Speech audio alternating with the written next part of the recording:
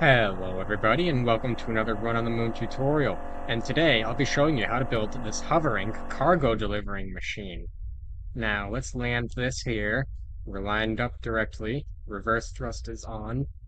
And bit of a bounce. I think we should straighten out. And yes, we did. Alright, now without much further ado, let's get straight into the video. Now, there are some minimum requirements to make a controllable flying machine like the one in this video. You're going to want 8 radiators, 1 heat exchanger, 2 single batteries, or if you've unlocked it, a double battery, a racer seat, a Mark II motor, an aux gearbox, 4 50 wheels, and 2 30 wheels, all on double wishbone suspensions. If you don't have the 50s, but you do have the 8-wheel suspension Game Pass, you can do 40 size wheels instead, like that. And for thrusters, you'll want at least 2 spiders and 4 ants. It is possible to do if you only have one of the thrusters unlocked. You're just going to lose a lot of control that you would have with all the thrusters. Now, let me cover just how this flying mechanism works. What we have here is a build with a very low center of mass down near the bottom here, and a wheel up near the top here. Now, what this is going to do is when we tow, the wheel is going to weigh us down and make the top of the vehicle swing fully upside down.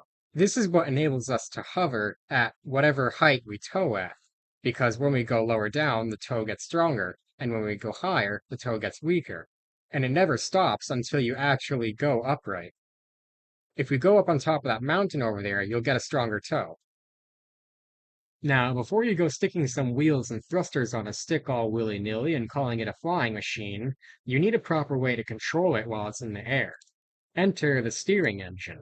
This is your giant wheel pressed up against a half wedge, and when you steer it, it'll turn a little bit in the direction that you steer, and then it'll turn more quickly in the opposite direction.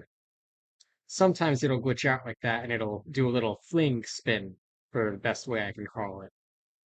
Now, it won't be as glitchy when it's up in the air, but this is the best shape that I've found for doing these engines. I've tried all different shapes like the full wedges, or doing full blocks, or all different things, but this seems to work the best. It's the least glitchy, but it still works most of the time. Now, you might have noticed we're using the racer seat for this, and I'll show you why that is. If we try to use the standard seat for one of these steering engines, it moves really slowly at first. Now it's finally starting to turn the other way. But the regular seat has a big problem. Once you're moving at any speed at all, you won't be able to control it anymore. You see, if I add a simple motor here, with some chevron wheels, you'll see, while we're standing still, we should still be able to turn. See, for the most part, we can. Now let me turn off that steering in the front here. And if I try turning while we're moving, so I'm trying to turn, I'm trying to turn, I'm trying to turn, I'm trying to turn, still trying to turn, still trying to turn, pretty much nothing. Barely any control at all, and we weren't even moving that fast. So that's why I need the racer seat in order to fly properly. Now, I'm going to build a flying machine and try and teach you guys how you best can as I go along. So we're going to start with our motor all the way in the back here, almost all the way in the back.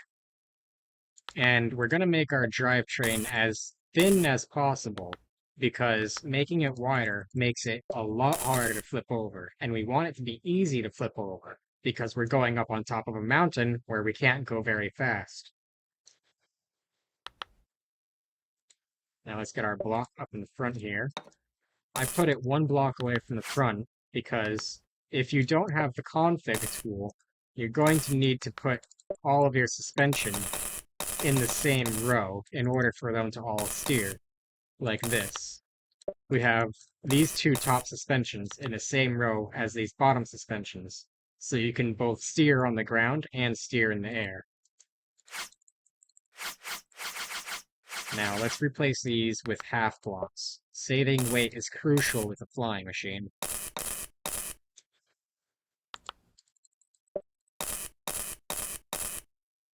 Now we turn our counterweights into steering engines.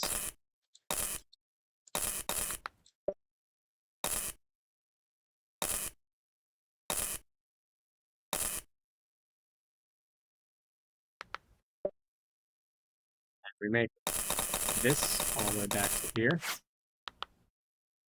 We need an aux on our motor. Let's put our battery here. We want our weight to be really far back, but we also want it to be far down. So we can't place blocks too high up. I think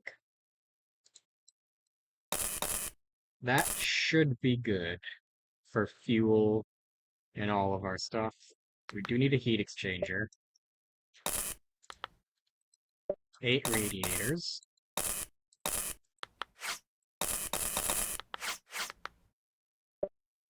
Now let's put our ants down. Or we need a few more. So let's put them here. We want the ants to be as far back as possible. That way you're able to control your vehicle a lot better.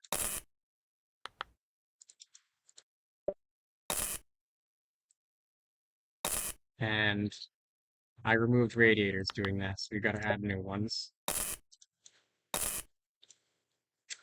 Okay, we need to attach this shaft here. And we're still missing our spiders. The spiders you want to put high up and facing forwards. This way, when you're tilted down, you can use them to lift up and pitch backwards. You kind of use them as your landing thrusters. Now, I think everything here is ready. I'm going to put this seat up in the front because if you accidentally jump out while you're flying, the seat is going to be closer to you if it's at the front or the bottom here. All right, quick check to make everything looks good. Steering engines, check. Spiders, check. Back wheels, check. Ants, check. Propellant, battery, heat exchanger, radiators, check. We are ready to roll. Now I've loaded up the cargo here. You see, I put it in the back because, like I said, we want the weight to be far back and far down. And we actually have to drive backwards if you don't have the config tool. Because if you drive forwards, the reverse steering from the steering engine will fight your steering. Alright, I finally flipped over on top of the mountain. I do not want to tell you how long this took. But anyways, what you want to do, since we are laying on our left side, we are going to turn to the right. That way our vehicle tries to turn left. Wait a little bit until it starts jittering. And as soon as it starts to jitter, tow. And then you turn on your ants, and then you stop your turning, then you turn off your ants, and you are in hover mode. Oh my god, this took so many attempts. You would not believe how unlucky I was with this falling down the mountain. Now, let's go over actually controlling this thing while it's in the air. Now, what you're going to do to turn it, let's say I want to turn towards SRM, so we're going to turn left. So we want to turn right. In that way, our vehicle will tilt to the left. And now, what we have here is our ants are on the right side of our center of mass. So when we turn on our ants, the ants are going to spin our vehicle to the left. See? I'm not even steering anymore, but just because the ants are on the right side of the center of mass, it's going to turn us around like that. So now we wait until we're turned all the way around, turn off the ants, and steer in the other direction. Now we are steering left so that it tilts right. Now we are straightened out.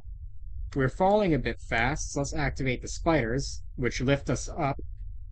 They also tilt us backwards, so we turn on the ants again to lean forwards again. Now let's realign with SRM. So tilt left, turn on the ants to turn left. It's glitching a little bit, but that's fine. And now we are just about lined up. You can't keep it tilted to one side or the other when you want to go straight. You need it to keep straight if you want to go straight. So now we can go. Now, I hope you guys have enjoyed this little tutorial here. I really wanted to go more into depth on these things, but I am so tired of trying to study and test and redo these clips over and over again. So I hope you can forgive me for tuckering out on this one. Anyways, see ya.